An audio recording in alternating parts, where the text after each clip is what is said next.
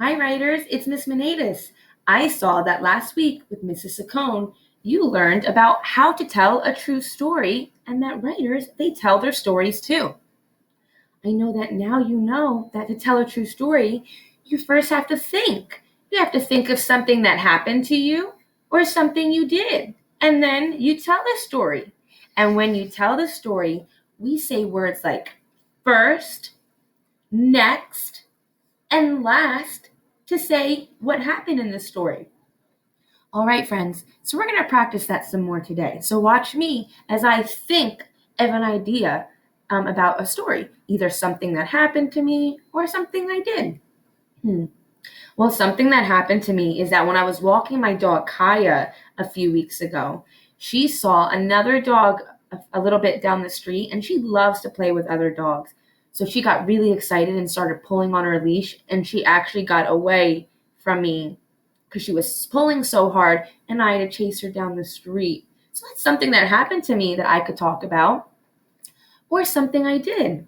Well, something that I used to do when I was little is that I actually took dance classes at a dance studio. And then every so often we would put on a show, get on a big stage, and perform our dances in front of our families and friends.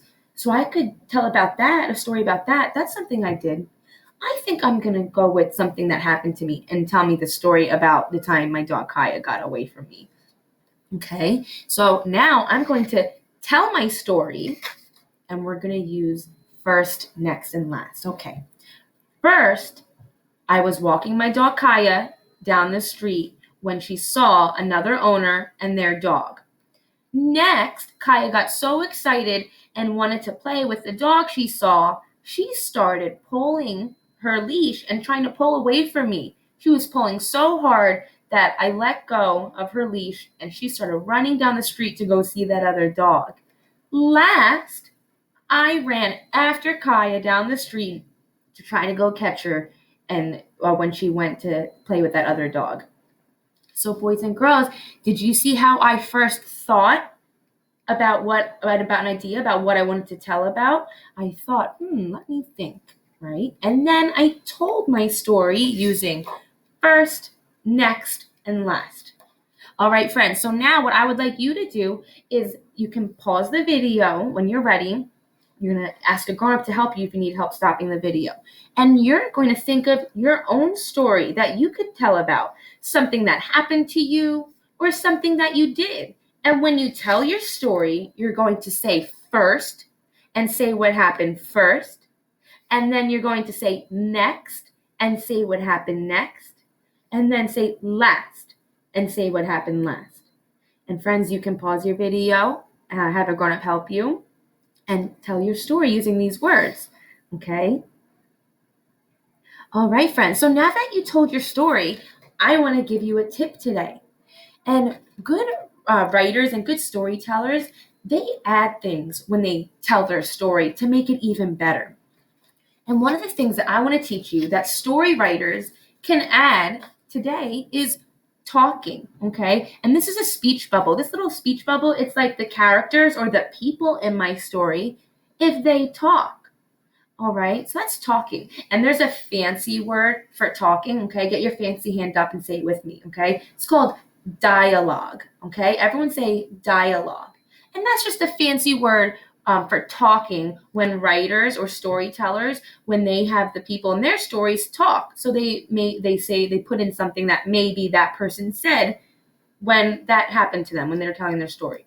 So watch me as I tell my story, the same story I told before, as I tell my story, but this time I'm going to add in some talking, okay? I'm going to tell the same story. Watch me. First, I said to Kaya, let's go for a walk, Kaya. And I grabbed her leash, I put it on, and we started walking down the street. Next, Kaya saw a big dog down the street that she wanted to play with. She started pulling on my leash so hard that she got away from me. I dropped the leash and Kaya started running down the street to the other dog.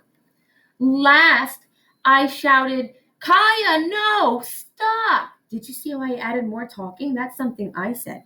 So I shouted that at Kaya and I chased her down the street and I caught up with her as she started playing with the other dog down the street from me. So friends, did you see how I told my story using first, next, and last? I didn't just tell my story. I added more to make it even better. I added talking today. I first, when I was getting ready to get Kaya on to go for a walk with Kaya, I said to Kaya, Kaya, let's go for a walk, as I was getting her leash. That's something I said. And then at the end, when she started chasing that other dog to go run and play with that other dog, I yelled, no, Kaya, stop. That was something else that I said that happened when I was telling my story.